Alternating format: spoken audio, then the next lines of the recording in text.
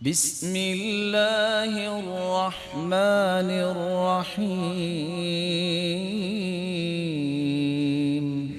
سہل بن سعد رضی اللہ تعالیٰ عنہ سے مروی ہے اور یہ روایت صحیح بخاری کی ہے 1957۔ رسول اللہ صلی اللہ علیہ وسلم نے فرمایا لوگ اس وقت خیر اور بھلائی کے ساتھ زندگی گزاریں گے رہیں گے جب تک وہ افطاری جلدی کیا کریں۔ جلدی سے مراد کیا ہے کہ ظہر کے وقت ہی کر لے یا عصر کے وقت کر لے، ایسی بات نہیں ہے۔ جلدی سے مراد یہ ہے کہ جب مغرب کا وقت ہو جائے تو فوراً کر لے، افطاری کو لیٹ نہ کریں۔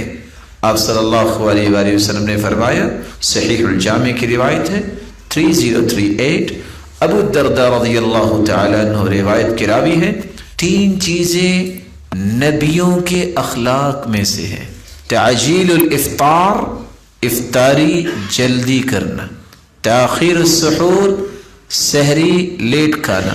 لیٹ سے مراد اذان کے بعد نہیں ہے، لیٹ سے مراد یہ ہے اذان کے قریب کھانا، یہ نہیں کہ آدھی رات کی اب سحری کر کے سو جائے، اس کو لیٹ کرنا چاہیے۔ ووضع الیمین علی الشمال فی الصلاۃ، اور نبوت کے اخلاق میں سے تیسری چیز یہ ہے کہ نماز کی حالت میں دایاں ہاتھ اپنے بائیں ہاتھ پہ رکھنا، یہ بھی نبوت کے اخلاق میں سے ہے۔ افطاری نماز سے پہلے کرنی چاہیے۔ آپ کہیں گے یہ تو سب کو پتہ ہے، شاید آپ کے علم میں ہو کچھ ایسے بادشاہ بھی ہیں جو نماز کے بعد افطاری کرتے ہیں۔